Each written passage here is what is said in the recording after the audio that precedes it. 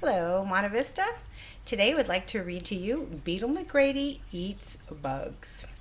This book is by Megan McDonald, and Megan McDonald is also the author of all the Judy Moody books. She says she wrote this book because she went on a field trip on Bug Day at a museum, and that's where she ate her first bug. I'm thinking after we read this, maybe you guys will want to eat bugs at school. What do you think? Beetle McGrady had a taste for adventure. She wanted to brave bears like Laura Ingalls Wilder. She wanted to sail oceans like Marco Polo. She wanted to zoom through the skies like Amelia Earhart. She dreamed of being a real explorer, a true pioneer. Then came fun with Food Week in Mr. Wrigley's science class and the ant.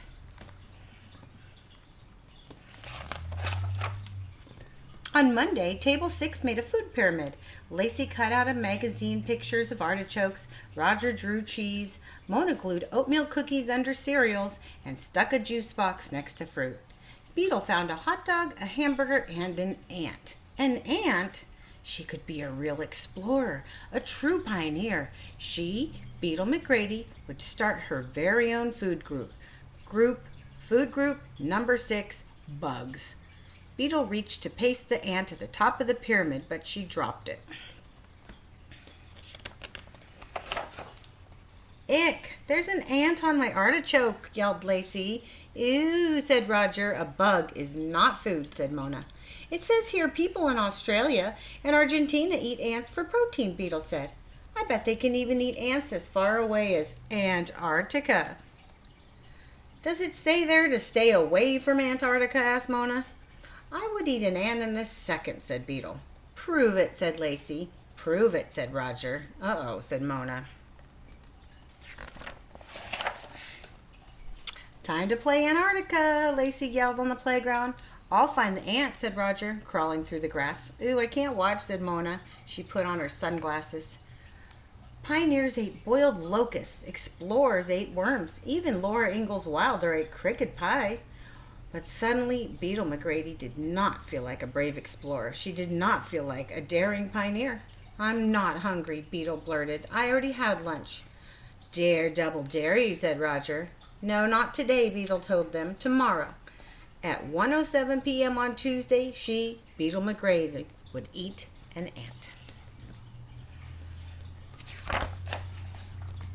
Beetle practiced her ant-eating on potato chips. Crunch. She practiced on raisins. Squish. But potato chips did not crawl, and ants and raisins did not have legs.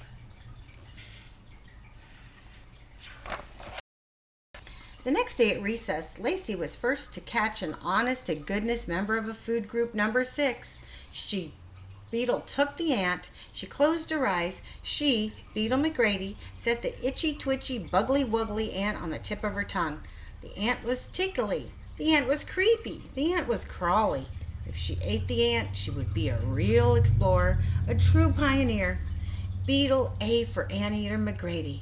All she had to do was swallow one teeny tiny gulp. Blah! Beetle spit out the ant. Beetle can't eat an ant. Beetle can't eat an ant. Lacey and Roger chanted.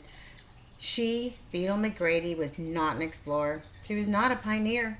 She was not even Beetle A for Anteater McGrady. Don't feel bad, said Mona. Who wants to be best friends with an anteater? Fun with Food Week was not so fun anymore. On Wednesday, Beetle's whole class made up a recipe for rattlesnake stew. Except Beetle. Mr. Wrigley told them about a 2,000-pound popcorn ball. Beetle did not even raise an eyebrow. And when Table 6 conducted an experiment on bubblegum, Beetle just chewed her pencil. Beetle, don't you want to chew gum in school? Asked Mona.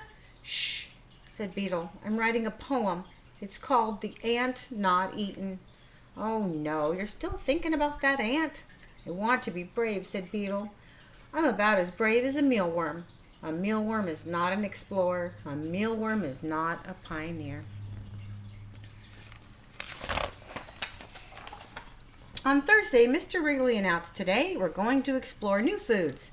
Beetle explored a chickpea sandwich named falafel. Roger called it awful awful. She ate the food of pilgrims, corn with lima beans. Succotash gives you a rash, said Lacey. Beetle even tasted Japanese fish eggs and Chinese bird's nest soup. Fish eggs smell like an art project, said Mona, and bird's nest eggs look like cow hair. She put on her sunglasses. Mr. Wrigley says people risk their lives to get the nest from calves, said Beetle. Mr. Wrigley says they're made of spit, said Mona. It was no use. Falafel was not an ant, succotash was not an ant, and bird's nest soup did not make her Marco Polo. Bird's nest soup just made her a spit eater.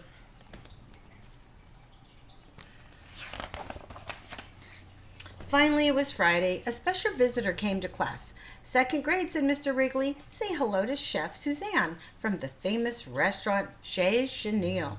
Chef Suzanne unpacked dish after delicious smelling dish. Pork rinds, pine nuts, what's under those lids? Beetle whispered. Ta-da! Chef Suzanne uncovered the first place, all the bugs you can eat. She picked up a toasted cricket, popped it in her mouth, crunch, and ate it, glug. The class buzzed like bees. Ick! Luck! Gross! Yuck! Sicko! Today we have Chinese chop suey ants, said Chef Suzanne.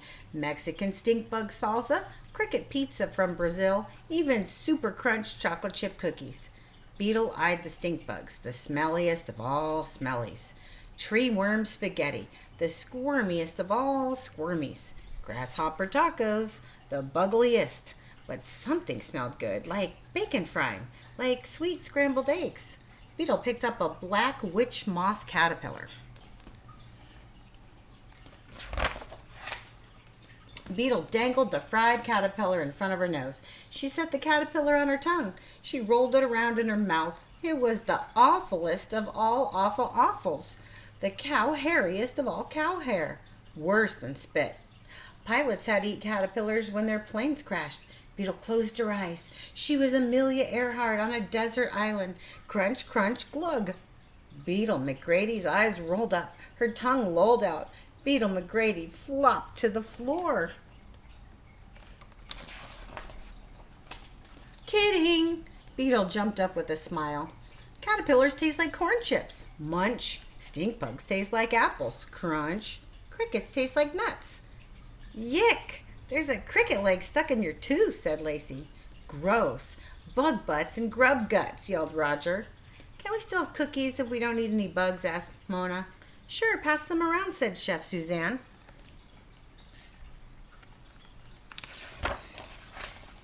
Munch, crunch. The cookies were extra gooey, extra chewy. It's the chips, said Mona. It's the nuts, said Roger. It's the mealworms, said Chef Suzanne. Roger ran for the bathroom. Lacey dashed for the trash can. Uh-oh, said Mona. Eating mealworms makes you brave, Beetle told her. She showed her friend just how to dunk a mealworm cookie into a caterpillar fungus tea.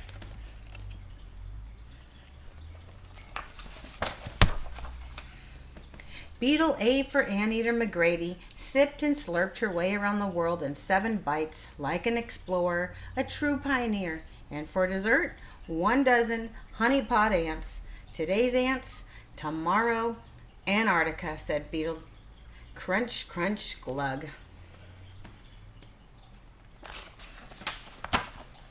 All right, Beetle's left us some tips. Tips for eating bugs. Ready?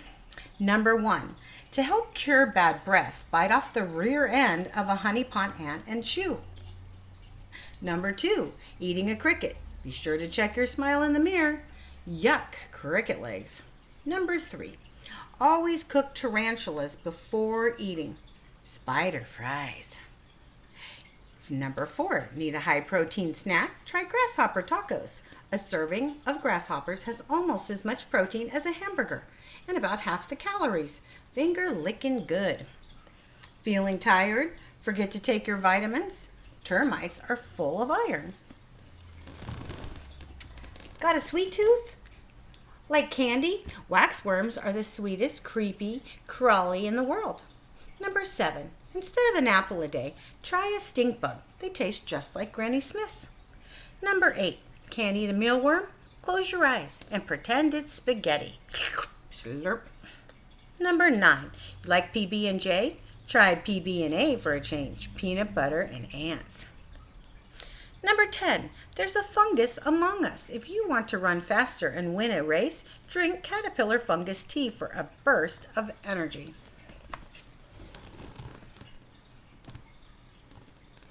All right, the end. Will Beetle McGrady eat a bug?